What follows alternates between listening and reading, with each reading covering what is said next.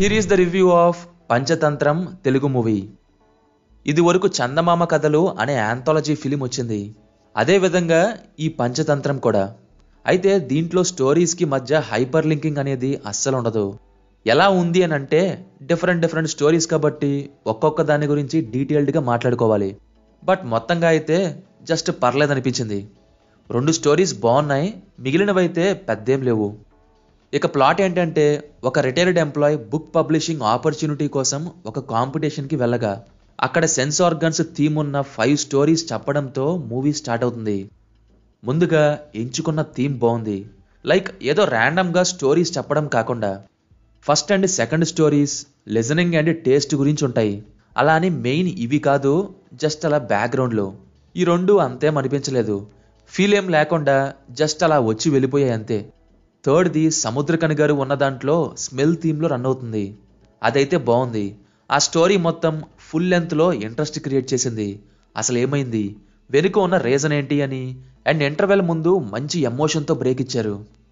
ఆ next fourth దాంట్లో touch sense cover చేశారు. ఇది కొంత ఓకేగా ఉంది.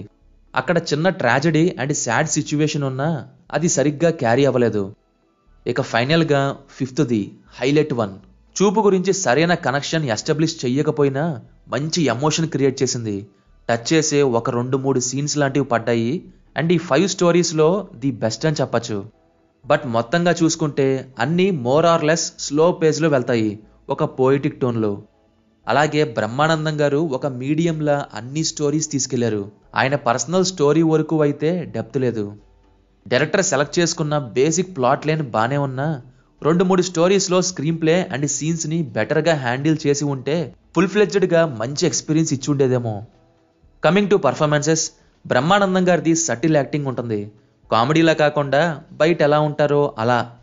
స్టాండ్అవుట్ అయ్యే పర్ఫార్మెన్స్ అంటే స్వాతి అండ్ సముద్రకని గారివే. ఇక మిగతా అందరూ వారి రోల్స్కి జస్టిఫై చేశారు. మ్యూజిక్ గురించి మాట్లాడితే ఉన్న వాటిల్లో 2 సాంగ్స్ బాగున్నాయి. బీజిఎం కూడా సూటబుల్గా కంపోజ్ చేశారు. ఇక సినిమాటోగ్రఫీ అండ్ ప్రొడక్షన్ వాల్యూస్ పర్లేదు. సో ఫైనల్గా చెప్పాలంటే మూవీని ఒకసారి ట్రై చేయొచ్చు, బట్ స్లోగా ఉంటుంది. Adult scenes and bad language లాంటివి అయితే ఏమీ లేవు. That's it guys. మూవీ చూశాక మీ ఒపీనియన్ కింద కామెంట్స్లో మాతో షేర్ చేసుకోండి. రివ్యూ నచ్చితే వీడియోకి లైక్ వేసుకొని మన ఛానల్ని సబ్స్క్రైబ్ చేసుకొని బెల్ నోటిఫికేషన్ ఆన్ చేసుకోండి. Will meet in next video. Thank you. జై హింద్.